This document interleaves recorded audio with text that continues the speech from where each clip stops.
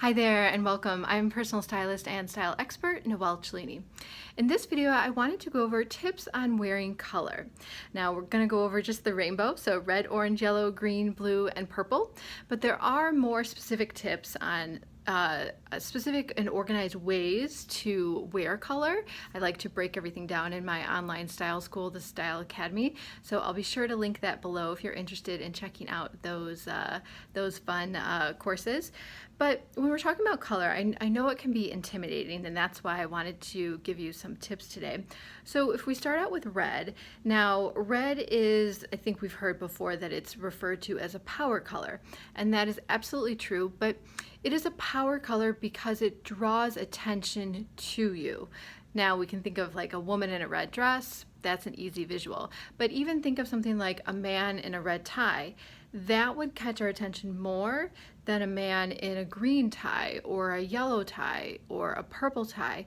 So red, even if it's just in a small amount, I've probably shared here, or at least on my newsletter I know, I've shared I wear these red jeans a lot. So even it doesn't have to be a whole dress. It can be something just like a pair of red jeans or a bag, or even we think about a pair of shoes, but that's because it draws attention to you. We notice somebody more in red, and that's why it's a power color.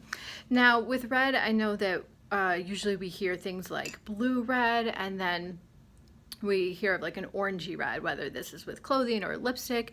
And this is a good time to go over how you know what to pick or what looks best on you. And this is true for anything, whether it's makeup, like an eyeshadow color, or you're changing your hair color, or whatever, jewelry, clothing colors. I found that it's best to look at the underside of your wrist. Now, a couple things. One, because it doesn't get a lot of sun, so it's not, the skin tone and color doesn't really change there, but also because we can see your veins. We can see, do you have kind of bluish or greenish veins? But really what we're looking for is, do you have more yellow undertones or more pink undertones? Somebody with much darker skin naturally will sometimes, that it's very common to have peach undertones. So it's usually the yellow or the pink or the peach.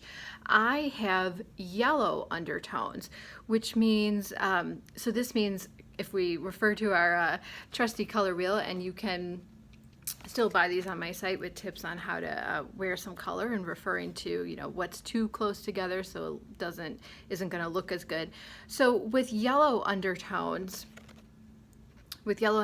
versus orange, or I'm sorry, more pink undertones, that means that things like the blues are going to pop more for me. We want to create that contrast versus something with an orangey red. A blue red is going to look better when I have yellow undertones versus an orangey red. So you see, this orange is too close to the yellow versus the blue is further away. So we don't want things, this is why a lot of times I end up getting rid of a lot of oatmeal colored items in somebody's wardrobe, because it's too much of the same skin tone. And I have an example here when we kind of go over yellow. It just doesn't look good on me because it's too much one of the same. So we want a contrast. We want things to complement versus be exactly the same. That's why somebody can put on something and it does not look good on them, because they have too much yellow in their skin, or they have more, or too much, not too much, but more yellow or more pink or peach in their skin. So we want to do the opposite. We want to do the opposite of that. We don't want to be so close to it. So I do a more of a blue red. Same thing if I do a lipstick. Now to hop over to yellow really quick, and that's all I really wanted to actually say about red, just that you've probably seen me wear these jeans before, and I've paired it with this, and this is not matchy-matchy, because remember, it has to cover the whole body, and these also are not really matchy-matchy, and we'll go over why at the end. But why this is not matchy-matchy, I have a whole separate video on that. That's really helpful. So we'll come back to orange, but to skip over to yellow, for right now, because we're talking about skin tones, this was a dress. So this is a Farm Rio dress, and their motto is to dress in happiness. Everything is super colorful, whether it's dresses, pajama pants, tops, scarves, puffy coats. Everything is, it looks like it comes from Rio. It looks like it comes from a rainbow and a cloud of happiness. It's their clothes are really, really great. So I had ordered this dress. Well, I should have known. I know it might be hard to see with earrings, but it did not look good because it's all one and the same. There's too much orange. There's too much orange and yellow, and it just washed me out completely. Now, this is to say, because I have that yellow, I have more of a yellow undertone versus a pink undertone here. So it's too much one in the same. Again, it did not look good at me at all. Now, this isn't to say that I would never do something yellow or never do something orange, but I would do it like on the bottom half. So I'd do like a pair of jeans or a pair of shorts or shoes or a bag or something like that. But in general, I just don't pick a lot of yellow and orange. It's just not colors that I gravitate towards. Now, staying on the topic of yellow, yellow is actually the happiest color. And I think when we think of that, we think of like a sunflower. I once knew somebody who painted her kitchen yellow, and think about that. Blue, we think is very calming. Probably same thing with purple. Green, you know, same thing, calming. Nature might be a little bit more energizing. Red is, again, kind of notice and passion and things like that, and action and movement. Whereas yellow is a happy color. So if you're looking to add more joy or happiness to your life, then maybe you want to think about adding some yellow. So that's again, so it's not that I would never do yellow, but I wouldn't be cautious to do it around my face, or again, a whole dress in yellow, because it would just be too much of the same skin tone. Now, going back to orange, it's interesting. Oh, and here's actually another Farm Rio dress, which I'm not sure that I'm going to keep or not. This one I adore, but as you can see, it does have a little cutout here and here, but it does have some yellow in it, but the main color is this green, which I can wear. So, and it's a short dress. It's very short, versus the banana one was was much longer. So this one I could do because it's just interspersed in there. It's not, the main color is that very vibrant Kelly green, which I can wear. So going back to orange, orange is funny because I was telling my mom the other day, she bought an orange bag, like an orange tote bag, because she knows how much I use and wear mine. And again, I've talked about this in a lot of newsletters, because orange surprisingly looks so good with so many things. And this is what I use as a summer bag. So even just this dress, it's just kind of a blue, I wear just a blue and white and tiny bit of kind of tan yellow. Even just the orange bag looks good with that. I will even wear, let's see here, just maybe, you know, something in olive, and even just kind of a white t-shirt, kind of a fun white t-shirt, and that even with the orange bag is really great. Now you could do a pair of orange sandals, you could do orange espadrilles, something like that. Here again, I just have a fun button-down shirt, and I will do this with olive again, and then with the orange. It looks really great. Now, what I was telling my mom is, because I said to her, I'm like, actually, if you think about it, yes, I got this orange bag many years ago, and yes, it goes well because I don't have a lot of orange in my wardrobe. That's why it works, because it's not too matchy-matchy, because I don't have a lot of orange in my wardrobe. But I was telling her, I said, actually, if you think about it, and I've seen a lot of closets in almost 20 years, there's very little orange out there. There's very few orange tops, orange sweaters, maybe orange dresses, but very few, and then very few orange skirts or even orange jeans or shorts or things like that. It's just not a color that we see offered a lot. And if we look to Hermes, and we know that they're famous for their orange bags and boxes and things like that, if you look at the history of them, they actually didn't really choose orange. It was started during a time when there was a lack of materials, a lack of supplies, and orange tissue paper was really the only color left. Now, I think it was tissue paper. Don't totally quote me on that. I haven't, the book that I read that in was a long time ago, but it was something like that. The only cardboard available was orange. The only tissue paper was orange. So it became their color because kind of nobody else wanted it. So that's why actually an orange bag can be a really great addition, because it will go with so much, because very few people, hardly anybody has a ton of orange in their wardrobe, so it's not going to be matchy-matchy. So orange is great, but again, you kind of got to look at that skin tone if you're going to wear something, like especially a dress in all orange. Now moving on to green. So green, I think of, unless it's like this very bright kind of Kelly green, like this Farm Rio dress. I usually tend to think of green as more of a neutral. So I was holding up, so I think of it more like there's a lot of, when I think of green, I think of more shades and tones of greens than any other color, at least when it comes to dressing. So there's this one, which is kind of a sage. I tend to like this because I think it's more versatile and softer than something like, these were pants from Banana Republic when they first came out with them. They're ankle pants many years ago. And then I needed a different size many years later, and the only green they had was this.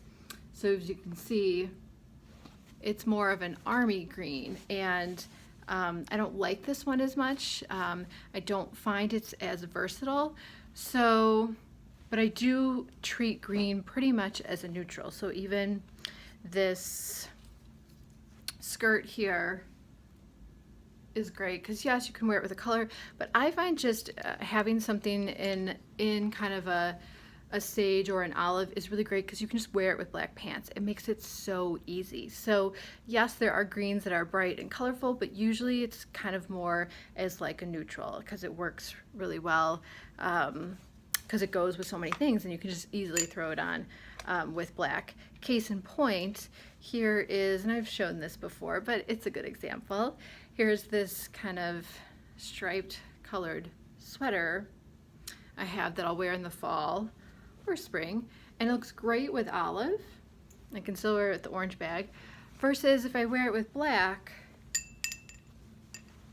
it kind of dies with black, versus the olive, it looks much more, it pops more, it looks more sophisticated, more stylish again, more refined. So that's how I look at green. It's pretty much almost a neutral, unless it's that bright Kelly green.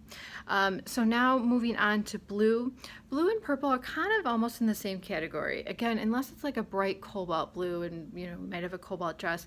Blue and purple, I find people who have like blue tops or blue sweaters, we end up getting rid of the sweaters because they feel like it's too much blue with jeans. And it is. Again, there isn't enough of that contrast of those opposites. They're too close together. Same thing with purple. Usually the purple is not a lavender. Usually it's a dark purple. And so again, people find that when they wear it with black pants to work, it just kind of, because it dies against the purple. Same thing with the blue. Unless it's a really light blue with black pants, they just find it's too, it doesn't really look as good. That's why they end up wearing it with gray. I treat the purples and blues in my wardrobe, I wear them with white jeans because they pop so much more. So be careful with purples and blues. They might not be the most versatile thing when it comes to tops and things like that, because you might feel it only really looks good with white jeans. Well, there's a reason, because it's too dark then when we wear it with our other neutrals like black or navy or jeans or something like that. This is why, as kind of a side note, my favorite pair of jeans, yes, it's fit. I know we always go towards what we just put on and always, it just fits well, but I like these jeans because they're a little bit lighter of a wash. Nothing super trendy, not super low rise, just a little bit of distress, you know, there, and not huge like ripped holes or anything like that. And I wear these. These are my favorite go-to because they're a little bit lighter. Not that dark jeans are bad. Those are still going to be super versatile day to night. These could go day to night too. Not as dressy as a pair of dark jeans with no rips in them. But this is why I think people, again, blues and purples don't get worn as much. However, as a side note, and we'll wrap this up very soon, I do find that a navy bag, and I have one here, or like a navy, I have a navy trench I'm going to show you, or even like a purple, like dark purple coat. But there's something about a navy bag, really, really dark blue, that I find super chic with jeans. Even if you're just wearing a white t-shirt, even if you're wearing a black sweater and jeans and a navy bag, there's something about a really dark bag. It's just that on the one side. It does have a crossbody. I bought this kind of to travel with as a tote.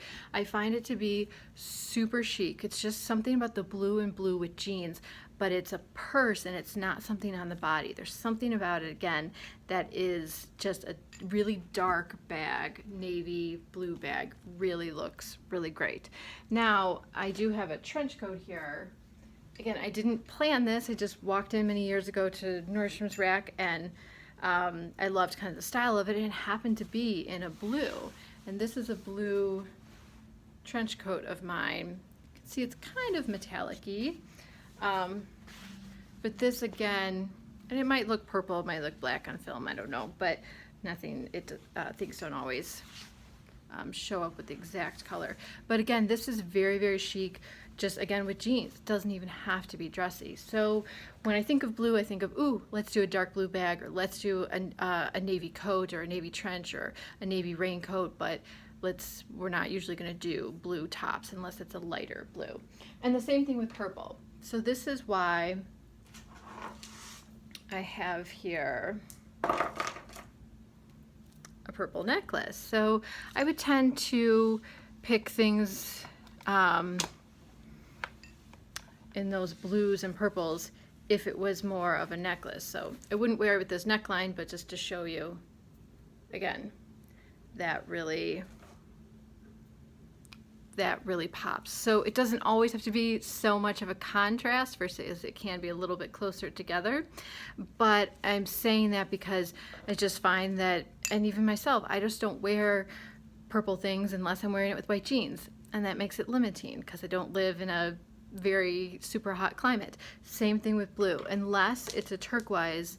Remember, I've talked about this before, but turquoise has equal amounts of cool and warm tones, so that's why it looks great on every skin tone. And it will go with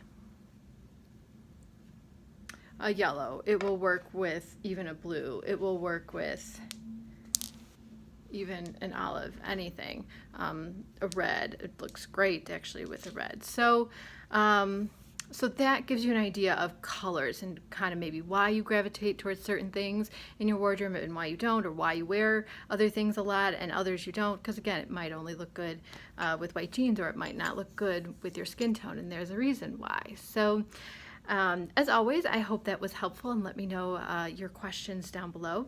If you're watching this on YouTube, please be sure to give it a thumbs up, and I look forward to answering your questions in the next video.